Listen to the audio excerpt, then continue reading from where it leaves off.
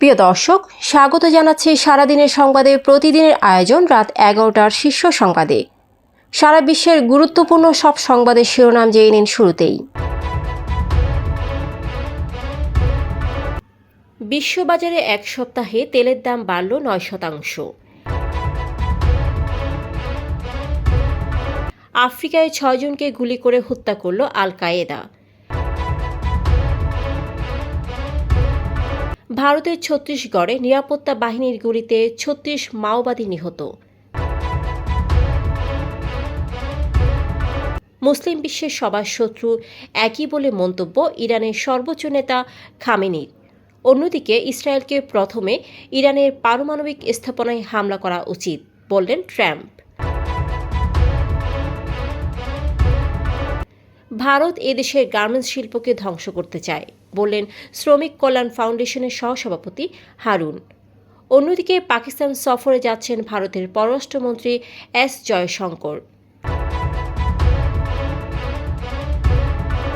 আন্দোলনে বিদ্যুৎ খাতে ক্ষতি 1000 নয় 12.5 কোটি টাকা। শেয়ার বাজার মূলধন হারালো 13,000 কোটি টাকা। 8 মাসে বজ্রপাতে 297 জনের মৃত্যু। অন্যদিকে 10 বছরের ট্রেনে কাটা পড়ে নিহত 348। ফেনীতে বিদ্যুৎ স্পৃষ্ট হয়ে 2 শিশুর মৃত্যু। অন্যদিকে মিরসরাইয়ের ঝর্ণার কূপ থেকে 2 পর্যটকের মরদেহ উদ্ধার। গ্রেপ্তারের 10 দিনের মধ্যেই জামিন পেলেন বরিশাল জেলা ছাত্রলীগ সভাপতি হেমায়েত উদ্দিন সুমন। প্রিয় দর্শক, এবারে জেনে নিন বিস্তারিত। ফ্যাশন ব্র্যান্ড মানে আর্ট। আন্তর্জাতিক বাজারে গত এক সপ্তাহে অপরিশোধিত জ্বালানি তেলের দাম বেড়েছে 9%। এর মধ্যে শুধু বৃহস্পতিবারই বৃদ্ধির হার ছিল 5%। মধ্যপ্রাচ্যে উত্তেজনা বৃদ্ধির জেরে জ্বালানি তেলের দামে এমন মূল্য বৃদ্ধি দেখা দিয়েছে বলে মনে করছেন বাজার বিশ্লেষকরা। বার্তা সংস্থা রয়টার্সের এক প্রতিবেদনে এ তথ্য উঠে এসেছে। প্রতিবেদন অনুসারে গত এক সপ্তাহে অপরিশোধিত জ্বালানি তেলের 2 ব্র্যান্ড ক্রুড এবং ওয়েস্ট টেক্সাস ইন্টারমিডিয়েট উভয়েরই দাম বেড়েছে। আল কায়েদা সংশ্লিষ্ট একটি জঙ্গি গোষ্ঠী আফ্রিকার দেশ বুরকিনা ফাসোতে কয়েক ঘন্টার মধ্যে গুলি চালিয়ে 600 জনকে হত্যা করেছে। শুক্রবার মার্কিন সম্প্রচার মাধ্যম CNN-এর প্রতিবেদনে এ তথ্য জানানো হয়। প্রতিবেদনে বলা হয়, সন্ত্রাসীরা মোটরসাইকেলে করে গ্রামটিতে প্রবেশ করে এরপর কয়েক ঘন্টার মধ্যে প্রায় 600 জনকে হত্যা করেন। নিহতদের সবাই বেসামরিক নাগরিক, তাদের বেশিরভাগই নারী ও শিশু।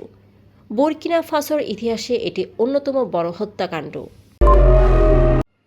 ভারতের ছত্তিশগড়ে নিরাপত্তা বাহিনীর সাথে বন্দুকযুদ্ধে অন্তত 36 জন মাওবাদী নিহত হয়েছে।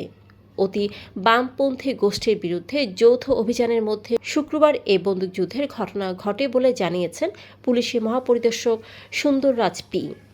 দেশটির সংবাদ মাধ্যম হিন্দুস্তান টাইমস জানিয়েছে, রাজ্যের প্রাণকেন্দ্র দান্তেওয়াড়া জেলার একটি জঙ্গলে এই অভিযান চালায় নিরাপত্তা বাহিনী। স্থানীয় সময় দুপুরে 1টার দিকে উভয় পক্ষের মধ্যে বন্দুকযুদ্ধ শুরু হয়। মুসলিম দেশগুলোকে ঐক্যবদ্ধ হওয়ার আহ্বান জানিয়ে ইরানের সর্বোচ্চ নেতা আয়াতুল্লাহ আলী খামেনি বলেছেন, আমাদের আলাদা কোনো শত্রু নেই এবং পুরো মুসলিম বিশ্বের শত্রু একই।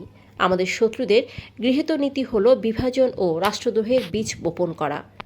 শুক্রবার তেহরানে জুমার নামাজের খুতবায় তিনি এই মন্তব্য করেন বলে এক প্রতিবেদনে নিশ্চিত করেছে কাতার ভিত্তিক গণমাধ্যম আল জাজিরা। অন্যদিকে সম্প্রতি ইসরায়েলে 180টি ক্ষেপণাস্ত্র হামলার জবাবে ইরানের পারমাণবিক স্থাপনায় ইসরায়েলের উল্টো হামলা করা উচিত বলে মন্তব্য করেছেন সাবেক মার্কিন প্রেসিডেন্ট ও রিপাবলিকান প্রার্থী ডোনাল্ড ট্রাম্প। শনিবার এক প্রতিবেদনে ইসরায়েলি সংবাদ মাধ্যম টাইমস অব ইসরায়েল এ তথ্য জানায়।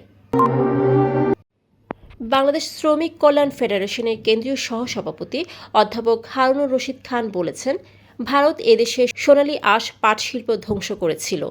আজকে তারা দেশের রপ্তানি আয়ের প্রধান খাত গার্মেন্টস শিল্পকে ধ্বংস করার জন্য গভীর ষড়যন্ত্র করছে। শুক্রবার ফেডারেশনের ঢাকা জেলা উত্তরের উদ্যোগে বিশাল শ্রমিক সমাবেশে প্রধান অতিথির বক্তব্যে এসব কথা বলেন তিনি। অন্যদিকে ভারতের পররাষ্ট্রমন্ত্রী এস জয়শঙ্কর সাংহাই কোঅপারেশন অর্গানাইজেশনের সম্মেলনে যোগ দিতে চলতি মাসেই পাকিস্তানে যাচ্ছেন। দেশটির পররাষ্ট্র মন্ত্রণালয় একথা জানিয়েছে।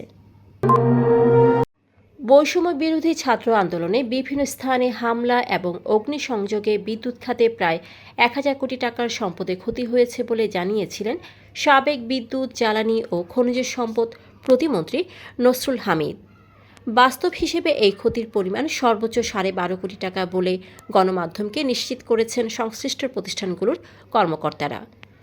আন্দোলনের সময় ব্যাপক গ্রাহক ভোগান্তি আর অসন্তোষের মধ্যে গত ২২ জুলাই রাজধানীর বিদ্যুৎ ভবনে সংবাদ সম্মেলন করে নসরুল হামিদ ১,০০০ কোটি টাকার ক্ষতির কথা জানিয়েছিলেন।